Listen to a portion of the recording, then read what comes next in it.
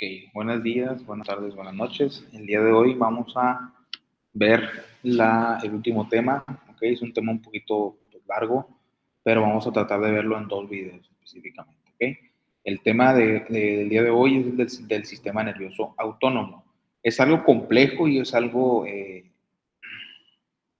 mm, enredoso, pero vamos a darlo sencillamente, o sea, sencillo para que no se me enreden tanto. ¿Ok? Principalmente entendemos que el sistema nervioso autónomo es un sistema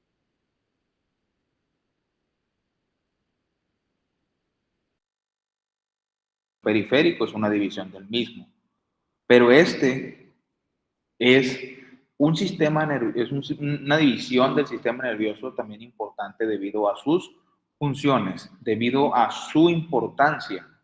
¿Ok? Principalmente es mantener esa homeostasis, esos temas de homeostasis, que es ese balance interno, de los líquidos extra, intracelulares, de regulación de temperatura, de regulación de frecuencias vitales, perdón, de constantes vitales básicas, es eso. Simplemente eso es homeostasis, es una constancia del ambiente interno y este sistema nervioso autónomo se encarga de mantener esa homeostasis como tal. ¿Ok? Lógicamente, el sistema nervioso autónomo también tiene una importancia clínica debido a que clínica y en funcionalidad también, a nivel de homeostasis, porque esta se va a encargar de mantenernos ante las perturbaciones o ante ciertas alteraciones que dentro de nuestro cuerpo tengamos, pero también externas. ¿Ok? Entonces, esos extero, propio e interoceptores los van a regular este amigo que es el sistema nervioso autónomo. Entonces, la importancia de esa función general, ¿ok? Volvemos a las divisiones específicas, pues vemos el sistema nervioso central, lo que es el encéfalo, es lo que hemos estado viendo como tal, sistema nervioso, en este caso, perdón, central, también la médula espinal, ¿sí? Y todo lo y su porción autónoma. En este caso, la porción somática es la que es voluntaria, pero la porción autónoma es la que nosotros no podemos controlar. Y ahí es donde entra el parasimpático y el simpático como tal, como decimos, ¿ok? Entonces, es recordatorio nada más de las funciones como tal del sistema nervioso autónomo, ¿ok? De igual manera, se encarga, ¿sí? En su función simpática, ¿de qué? De regular la circulación, de controlar la respiración, de preservar ese organismo, o sea, todo el cuerpo en general a través de la homeostasis y estimular todo el metabolismo a nivel general. ¿Ok? Todas esas funciones simpáticas el sistema nervioso autónomo las controla, pero en su función parasimpática es 4 o 5 puntos importantes de los que destacan estos 4, que es conservación de energía, disminución de la frecuencia cardíaca, perdón, constricción del músculo liso y aumento de secreciones. Acuérdense que el parasimpático tiene 3 funciones, ¿sí? Ayudar, regular e inhibir. El simpático es aumentar todo, ¿ok? Aumentar todas las cosas que hemos estado viendo y siempre en las clases que veíamos era regular o disminuir. Si uno aumentaba, el otro disminuía, si uno disminuía, el otro aumentaba. Entonces, siempre es un ir y venir y eso es homeostasis, eso es mantenimiento de los mecanismos de retroalimentación negativa y los mecanismos de retroalimentación positiva que van de la mano o van anudados a todo este tipo de cosas que hemos estado viendo. ¿Ok? Entonces, vean, todo el sistema nervioso simpático a nivel de anatomía, pues vamos a tener lo que es el hipotálamo, ¿sí? Lo que es la corteza y el sistema límbico. ¿Ok? Esto que está aquí, ¿sí? Cuando yo busco o yo reviso, ¿sí? ¿Qué significa la palabra STEM? STEM viene como sostén, o en este caso la palabra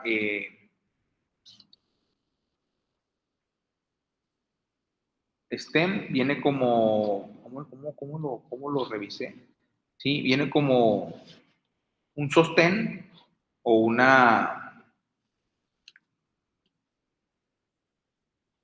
tronco, esa es la palabra, se me hacía el nombre, es que iba a decir raíces, ¿no? Pero todas las cosas que contengan en el cerebro, ¿sí? Lógicamente va a controlarse entre corteza, hipotálamo y sistema límbico, para después bajar lo que es el tronco y después a la médula espinal. Entonces, dentro de estos tres caminitos que brinca el sistema nervioso autónomo, ¿sí? Tenemos sensores que son parasimpáticos en el tronco, ¿sí? Y simpáticos en la espina, o sea, en la médula espinal. Entonces, estos actúan de cierta manera. ¿A qué me refiero con estos? Son órganos que se encargan de recibir, ¿sí? Órganos que se encargan de recibir las sensaciones a nivel espinal y órganos que única y exclusivamente se van a encargar de inhibir. ¿A qué voy con esto? Estos órganos efectores, que son los que están distribuidos a lo largo del cuerpo, ¿sí? Tienen una importancia, que son sensores. Y estos sensores siempre, acuérdense, mandar información desde la médula hasta la espina, o sea, desde los órganos como tal, de las glándulas, etcétera, etcétera, hacia la médula espinal. ¿Ok? Y esos órganos efectores tienen una función específica. ¿Ok? Mandar sensores, idas y venidas. Acuérdense siempre de la médula. Esta médula es de importancia de qué? De que manda señales, envía señales y tiene sensores.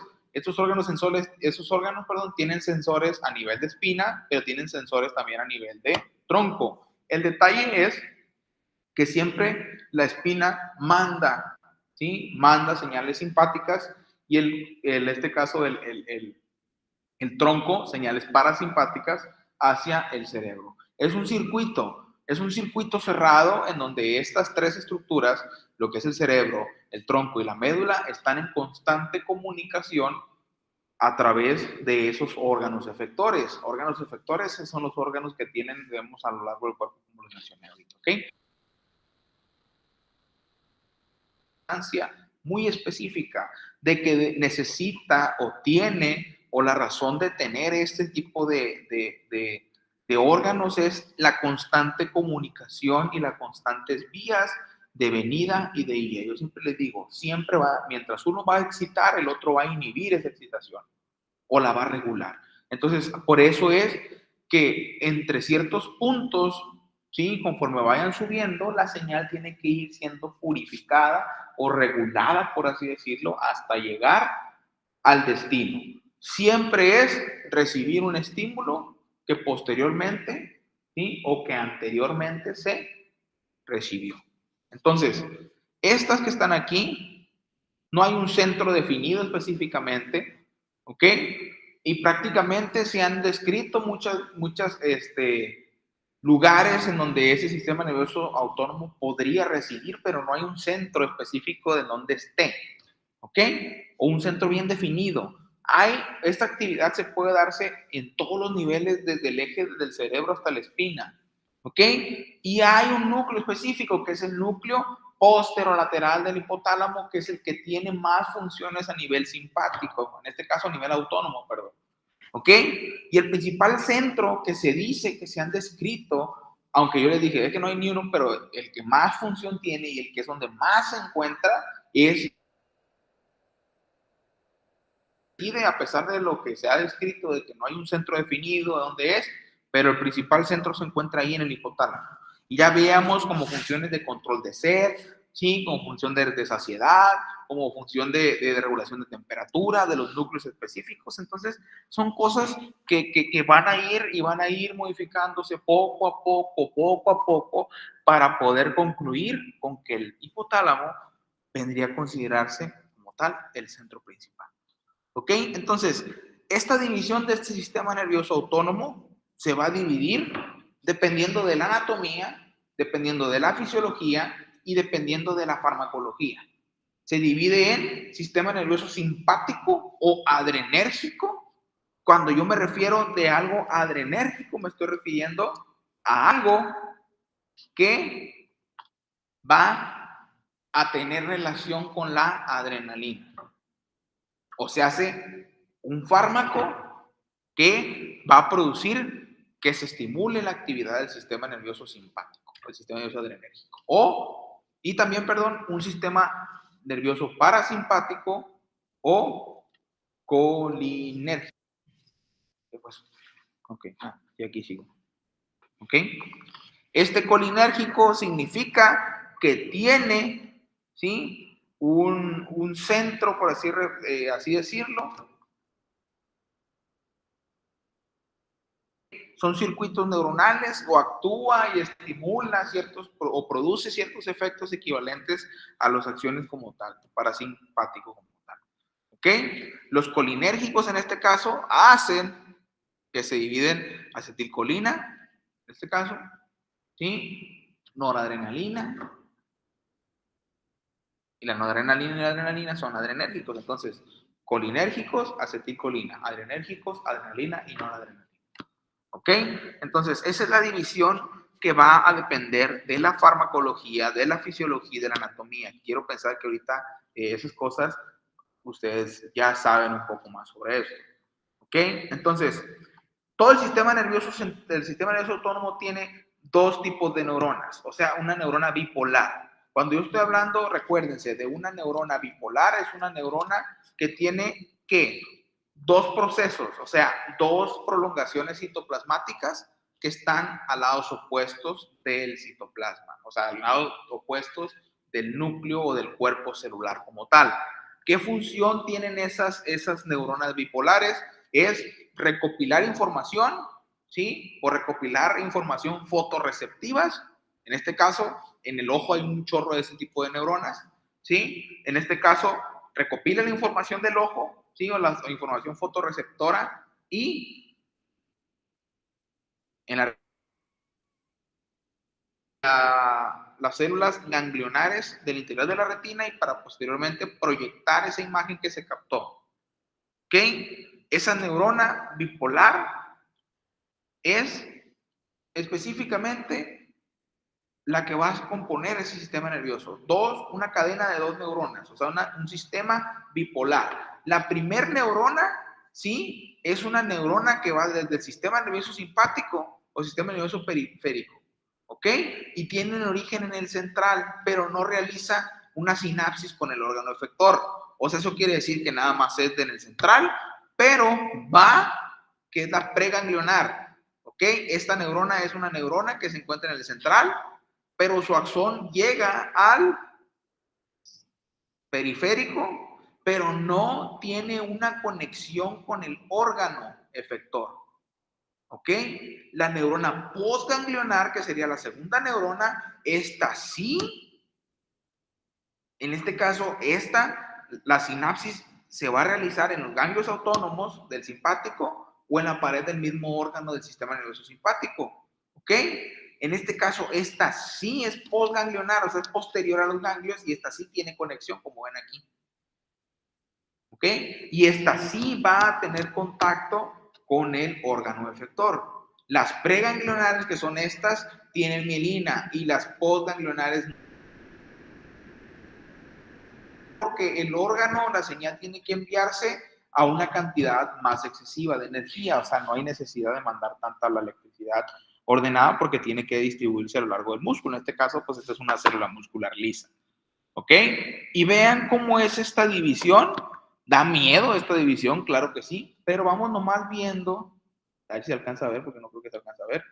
Todas estas líneas que están aquí son nivel cervical, ¿sí? Estos son los pares craneales, el 2, el 7, el 9, el 10, las vértebras cervicales, en este caso los dermatomos, ¿sí? Los bronquios, secreción, ¿sí? Disminución de músculo, todo lo que hay a nivel del sistema nervioso simpático y a nivel del sistema nervioso periférico o parasimpático. ¿Ok? Este es el simpático y este es el parasimpático. ¿Ok? Vean cómo es que trabajan en conjunto. Vamos a tratar de desenglosarlos no tan agresivamente, porque sí es bastante, vean. ¿Ok? Entonces, el sistema nervioso simpático, ¿sí? También se conoce como toracolumbar, ¿sí? El simpático.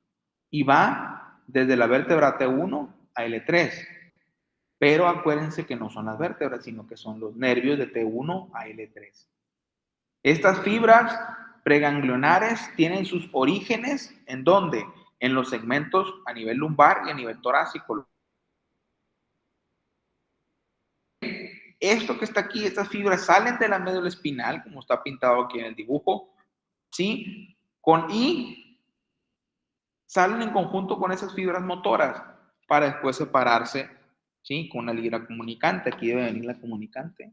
Es este, mira, tronco simpático, que es este que está aquí. Salen con los motores, ¿sí? Pero aquí viene una línea comunicante, una rama comunicante que vendría siendo esta que viene por acá por abajo. ¿Ok?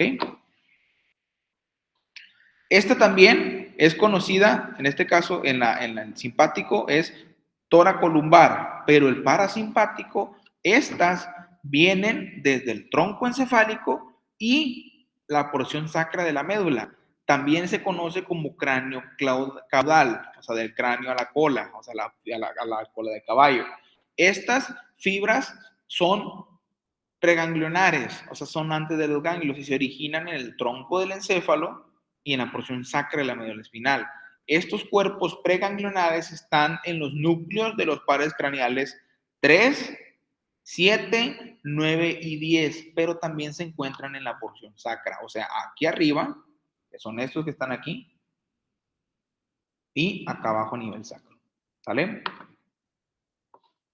Las neuronas preganglionares, en este caso, a diferencia de las que salen por aquí con las fibras, estas neuronas están aquí abajito, estas, sí que vimos ahorita, estas pasan directamente a los órganos inervados.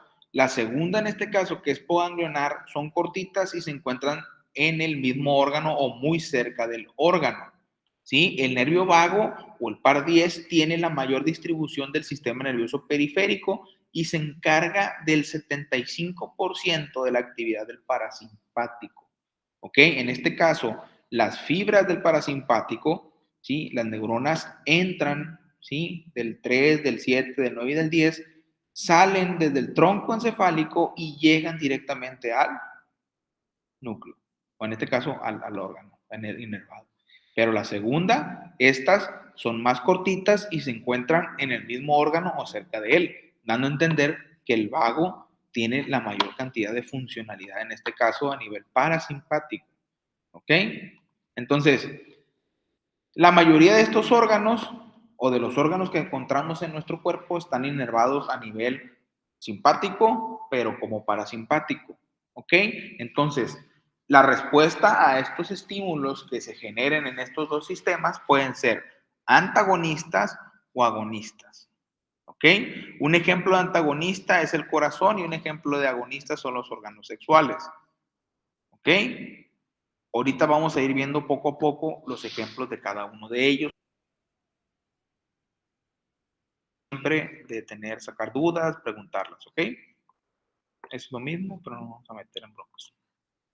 Bueno, hablando del sistema nervioso entérico, ¿sí?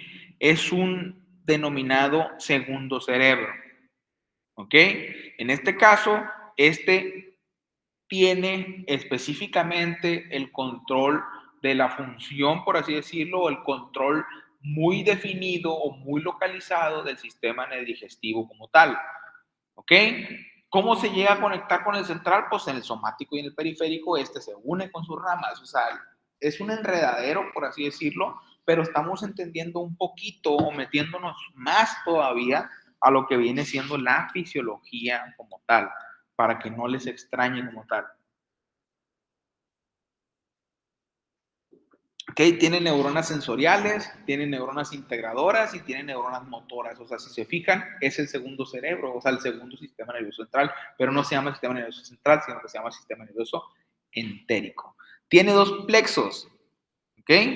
Uno que se denomina, ¿sí? Plexo mientérico, o vamos a empezar con el de Meissner también, ¿sí? Plexo mientero y plexo de Meissner.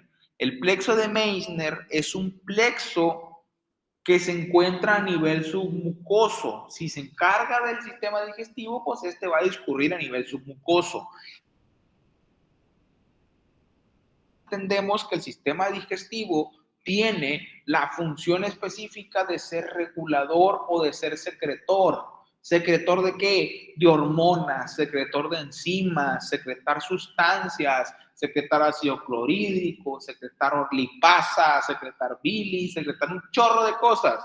En este caso, el plexo submucoso o plexo de Meissner, también llamado, se encarga de la secreción de hormonas, de la secreción de enzimas y de la secreción de todas las sustancias que se secreten en las glándulas que llegue a tener todo el trayecto del tubo digestivo. Eso es el plexo de Meissner. ¿Ok? También tenemos el plexo mientérico, ¿sí? O también denominado plexo de Auerbach. Este plexo de Auerbach es específicamente, es plexo mientérico o plexo de Auerbach, que son una serie de redes, igual que el de Meissner, pero este se encuentra distribuido, también estamos hablando del sistema digestivo, ¿no?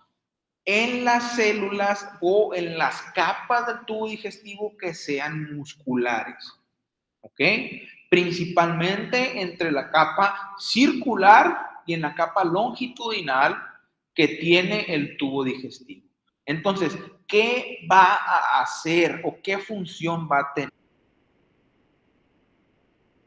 de Auerbach, perdón, o mientérico? Es coordinar cada uno de los movimientos o coordinar la actividad de las capas musculares. Si les suena, ¿sí? La función o el ruido intestinal cuando están comiendo, o que ese movimiento de la tripa, ¿sí? Es el movimiento peristáltico normal, ¿ok? Movimiento peristáltico, el de la tripa, no tienes hambre, se está moviendo la tripa, está moviendo materia fecal, ¿sí? Que el estómago se mueva como licuadora, específicamente es por este plexo mientérico de Auerbach. El plexo mientérico es muscular y el plexo de Meissner es hormonal, enzimático o secretivo, o de secreción, como ustedes lo quieran llamar. Pero el de Meissner y de Auerbach, el mientérico tiene que ver con los movimientos de peristalsis, el propulsivo y el segmentario. ¿Ok? Esta es la importancia de estos dos plexos. ¿Ok? Si se fijan en esta imagen, aquí está el plexo mientérico entre las capas musculares o el plexo submucoso o de Meissner, como le llaman. Esto hablando de un tubo digestivo. Esto es un tubo digestivo. ¿Ok? Entonces, esta es la importancia entérico. Por eso es que se manda solo. Por eso es que una vez que uno come ya no hay vuelta atrás. ¿Ok? Es tan complicado este sistema nervioso entérico que ni al caso. ¿Ok? Ni al caso con el estómago. Él se manda solo, lo único que hace es mandar señales, pero fíjense muy bien qué onda, ¿sí? O cuál sería la relación específica que tiene con la leptina. Acuérdense que vimos la leptina como parte importante de este plexo específico. ¿Ok? O en este caso, con esa saciedad. Sí estás comiendo, sí está cayendo comida, sí, pero ¿cuándo se habla? Cuando el tálamo, ¿sí? Y el hipotálamo regulen o manden la secreción de la leptina específicamente. ¿Ok? Este acetilcolina es principalmente el neurotransmisor de la sinapsis ganglionar del sistema nervioso autónomo. A través de la colina y de la acetil-CoA se forma esa acetilcolina. ¿Ok? ¿Sale? En este caso, ¿qué función? ¿Qué función tiene? ¿Cuál es la función específica de la acetilcolina? Esta acetilcolina va a ayudar a controlar específicamente la memoria y la acción de ciertos músculos. ¿Ok? Esta acetilcolina, acuérdense que es un neuro. ¿Sí? Muchas funciones aparte de esa, pero específicamente unos fenómenos de activar la corteza cerebral, igual pasar del sueño a despertarse, del sueño a la vigilia, como le dicen, y procesos que tienen que ver con memoria, pero específicamente muscular. Pero ¿qué es lo que hace? ¿Qué es lo que hace? ¿Qué hace ese acetilcolina en ese sistema nervioso parasimpático, por ejemplo, que es su lugar? Es el neurotransmisor principal en las neuronas, en este caso, neuronas eferentes postganglionares, o sea, después del ganglio. ¿Ganglio qué, profe? El ganglio medular. ¿Ok? Y en este caso, esa acetilcolina, esa es la función como tal. ¿Ok? Lógicamente, por eso dice, si hay inhibición de acetilcolina, pues va a haber como tal una deficiencia de la misma y va a contribuir a una sintomatología de disfunciones motoras, porque se encarga de la memoria motora. ¿Ok?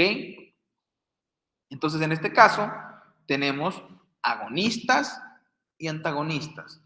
Agonistas nicotinas, al igual que la muscarina, sí, tendríamos que hablar de los receptores muscarínicos. ¿Qué son los receptores muscarínicos? ¿Sí? Estos receptores muscarínicos o M1 se van a encontrar en el sistema nervioso gástricas. En este caso, esta última facilita la función cognitiva en la memoria, pero también la secreción de ácidos gástricos. ¿Sí? ¿Qué funciones tienen? ¿Sí? O facilitan, en este caso, la secreción de los ácidos gástricos. En este caso, hay otros tipos, ¿sí? Como histamina, que aumenta la acción de la acetilcolina, tomando antihistamínicos, disminuyen su acción, perdón. Antagonistas, la atropina y la escopolamina, que bloquean los receptores, ¿sí? Y la enzima butulina que evita la liberación de acetilcolina. En este caso, son favorecedores de la acetilcolina, favorecedores, ¿sí? O que ayudan a funcionar la acetilcolina, ¿sí? Y la antagonista son los que bloquean a la acetilcolina. ¿Ok? Bueno, déjenme agarrar aire porque si ando medio bofeado. Estos son temas que uno tiene que dar en el centro y repetir muchas veces lo mismo. Por eso a veces me quedo trabado, pero es normal, ¿no? ¿Qué neurotransmisores tiene del sistema nervioso autónomo? ¿Ok? La noradrenalina, específicamente, funciona como un neurotransmisor, pero también la noradrenalina tiene una función muy característica, ¿ok? Principalmente es un neurotransmisor.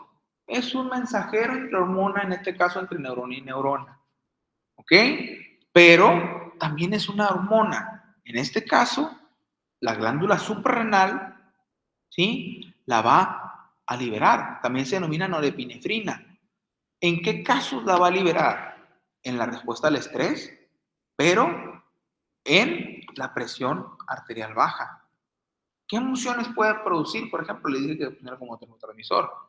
Estrés, ansiedad, ¿sí? Si se aumenta la noradrenalina, ¿sí? Puede llegar a producir, ¿qué? El consumo, en este caso, del músculo cardíaco, y al momento de aumentarse, como es contraindicado, bueno, no es contraindicado, sino como funciona del otro lado, puede llegar a producir una arritmia, perdón, palpitaciones, bradicardia o taquicardia, hipertensión, palidez o dolor torácico. ¿Ok? E inclusive es tanto así su efecto que puede llegar a disminuir el flujo de los órganos sanguíneos vitales y ocasionar inclusive hasta patologías más graves, una patología como tal, como acidosis metabólica. ¿Ok? Sanguíneo y etcétera, etcétera. ¿Ok? Pero es un neurotransmisor de las vías simpáticas, se une a receptores adrenérgicos, A1, alfa 1 adrenérgico o alfa 2 adrenérgico o beta 1 adrenérgico o beta 2 adrenérgico, muy pocas veces. Se produce principalmente en el lóculus seriolus. El lóculus seriolus, ¿qué función tiene? Es principalmente la fuente vital de la noradrenalina en el sistema nervioso central, que es el lúculus coriolus. ¿Sí? Es un núcleo específico pequeño que se encuentra muy en el tronco, ¿sí? Encefálico, y produce noradrenalina. Es un núcleo, se llama locus Coriolis, esa cosa. Núcleus Coriolis, eso. Sí, su liberación es por exocitosis y a través de vesículas. Tenemos la noradrenalina, la norepinefrina, que se sintetiza también la misma, ¿no? Sí, en las neuronas simpáticas postganglionares a partir del aminoácido tirosina. La tirosina es el precursor de la noradrenalina. Finaliza su síntesis en las vesículas sinápticas, o sea, en el botón sináptico, ya que está, acuérdense de la neurotransmisión. La biosíntesis en la médula suprarrenal es la oxidación en la dihidroxifenilalanina, L-dopa o dopa, 3,4-dihidroxi-L-fenilalanina, catalizada por la enzima tirosina hidroxilasa. Este es el paso limitante. Después ocurre una descarboxilación en el neurotransmisor dopamina, reacción catalizada por la piridoxal fosfato y la dopa carboxilasa. Y tercero, una beta oxidación en la noradrenalina gracias a la enzima dopa beta hidroxilasa, lo que requiere ascorbato como cofactor, o sea, donante de electrones, para poder, todos estos pasos, no se los voy a preguntar en el examen, no se asusten, simplemente es para sintetizarla o llegar a lo que conocemos como noradrenalina. ¿Ok? Pero ahora, esto es a nivel bioquímico, pero ¿qué hace esta noradrenalina? ¿Qué estimula? ¿Qué función tiene? ¿Ok? Principalmente es un vasoconstrictor periférico muy potente. ¿Ok? ¿Qué es lo que hace? ¿Sí? Principalmente es un vasoconstricción periférico muy potente. Tiene a nivel venoso, pero también en los lechos arteriales, o sea, donde están las arterias. ¿Sí? Genera algo que se denomina, ¿sí?, acción alfa. A mí me gusta cuando grabo un video, ¿sí? Me gusta mucho hacer hincapié en ciertas cosas que pueden ser o llegar a ser confusos. ¿Ok? Estas acciones alfa-adrenérgicas o los receptores como tal, los receptores alfa-adrenérgicos, sí, es una proteína que pertenece a los receptores de... Es que estos juegan un papel importantísimo a nivel ¿qué? A nivel de fisiología cardíaca o fisiología cardiovascular, a nivel de fisiología respiratoria, ¿sí? También sistema nervioso autónomo, ¿sí? Y regular el metabolismo y la presión arterial. ¿Ok? Pero en este caso, en un grado menor que la epinefrina o el isoproterenol, o sea, la adrenalina, vamos a quedarnos con eso. ¿Ok? ¿Qué es lo que hace? Es un potente estimulador del inotropismo cardíaco, o sea, hace regular la presión arterial. Cuando yo estoy hablando de inotropismo, ¿es ese ruido? Ok. Es, en este caso, un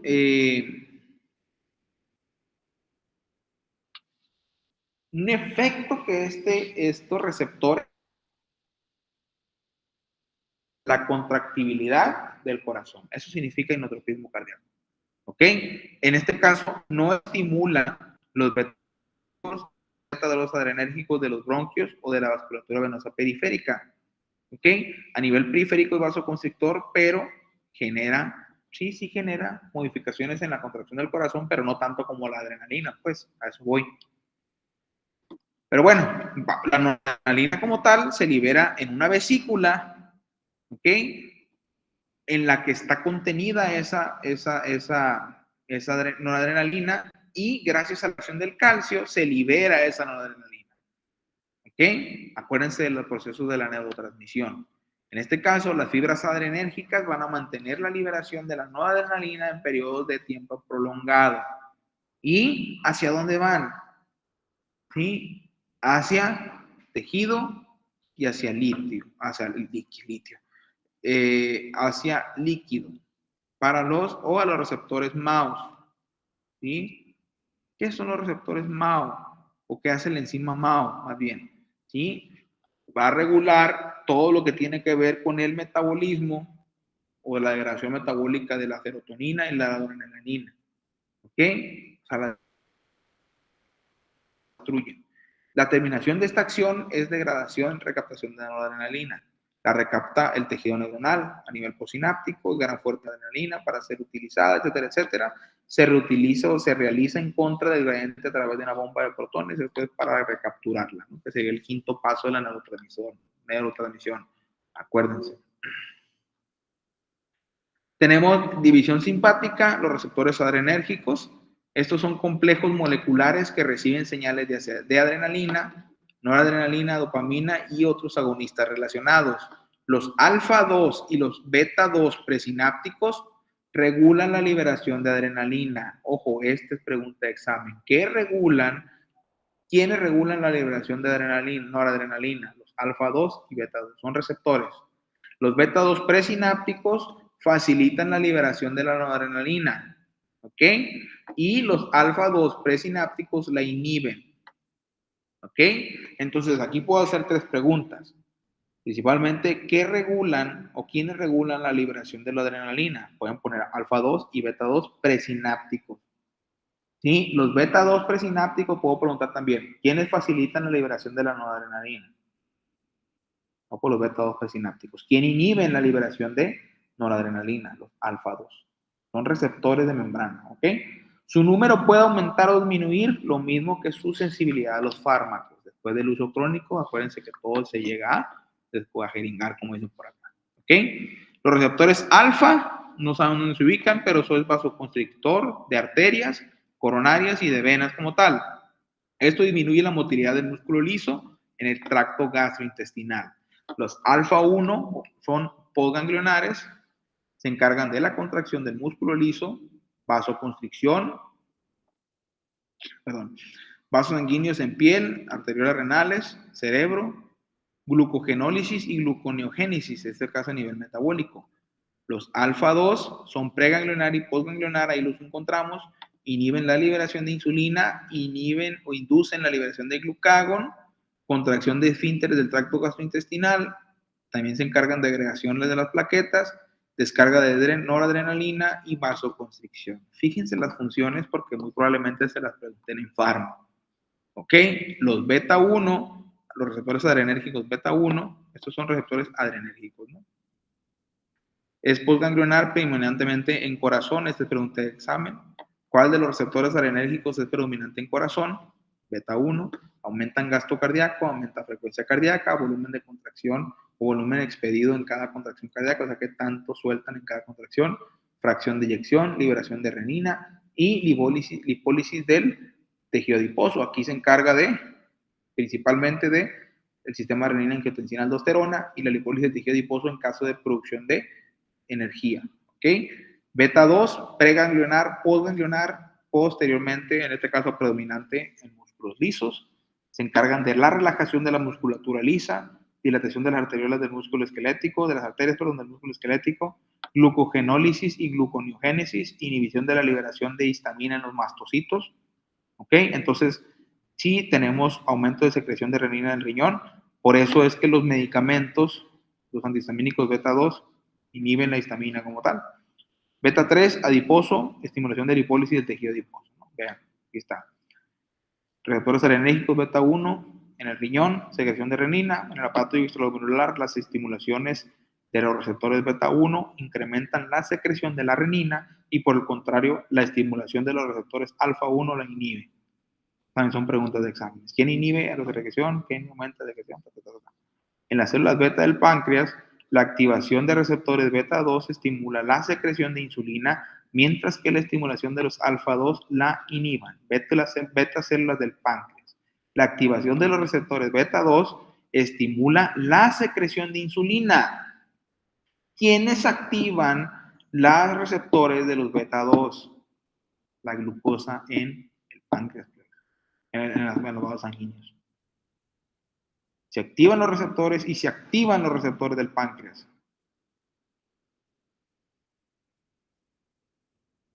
Por lo tanto, como son sensores, como ya le mencionaba, de los órganos receptores, órganos secretores, órganos efectores que le llamaban, pues estimulan la secreción de insulina, mientras que la estimulación de los alfa-2 la inhibe. Eso es de cajoncito. ¿Ok? Alfa-2 inhibe la insulina y beta-2 la secreción de la insulina. ¿Ok? ¿Qué es esto? Ah, miren, aquí viene acetilcolina.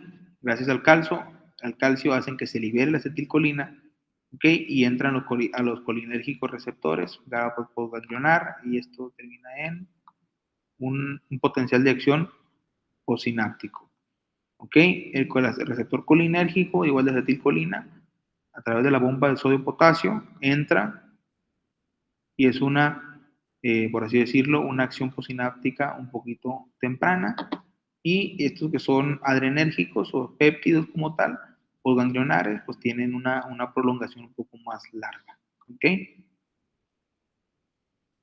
Sinapsis noradrenérgica postganglionar. La tirosina es el precursor de la noradrenalina o la norepinefrina. Tirosina hidroxilasa es lo mismo que vimos ahorita, ¿no? No vamos a hablar sobre eso. Receptores colinérgicos, estas proteínas, en este caso, tienen alta afinidad a la acetilcolina, respuestas relativamente lentas, de 100 a 250 milisegundos, respuestas excitatorias o inhibitorias, relación de acetilcolina con funciones mnésicas ligadas a la memoria, transmisión de dolor, calor y sabor, regulación de movimientos voluntarios y ciclo de sueño-vigilia, ¿ok? Que es las funciones que ya posteriormente les había comentado. Anteriormente, perdón.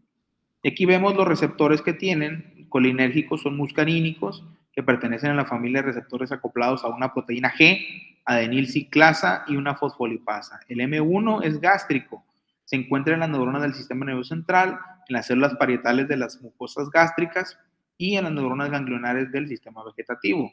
¿Qué es lo que hacen? Aumentan la liberación de ácido clorhídrico y la liberación de pepsina. ¿Ok? Entonces ya entendemos que la pepsina que está por acá en el estómago hace que se libere al sistema nervioso central. ¿Qué es ese mentado IP3 que tengo aquí? Porque probablemente se lo vayan a preguntar. Es un receptor, ¿ok? Y ese receptor es un receptor de trifosfato de inositol, ¿ok? ¿Qué función tiene ese receptor? Principalmente es inhibir, más bien inducir la liberación de ese calcio citoplasmático para poder que se liberen esos neurotransmisores, ¿ok? El M2 es cardíaco y se encarga de disminuir el AMP cíclico y por lo tanto va a disminuir las contracciones del corazón y producen radicales. Los M3 del músculo liso son células musculares lisas donde nos encontramos a nivel gastrointestinales. Inhibe la se me fue el nombre, adenilciclasa. Esta adenilciclasa en el estómago o en el tubo digestivo, ¿quién mencioné? Sí, en el tubo digestivo. ¿Sí? ¿Qué función tiene? ¿Sí? Va a ser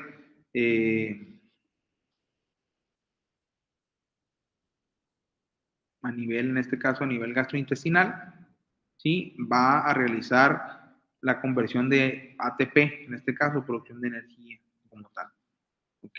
Y la MD4 glandulares, glándulas exócrinas, páncreas exócrino, incrementa la hidrólisis del fosfatidilcetor, de calcio como tal, para poder liberar los receptores como tal o inhibir, este caso, más bien, perdón, CM4P, perdón. Liberar como tal los receptores o las insulinas o las glucagon como tal, ¿ok? No recuerdo muy bien, se me fue el nombre, M4P. Y tenemos, por último, los receptores nicotínicos que pertenecen a la familia de receptores acoplados a canales iónicos.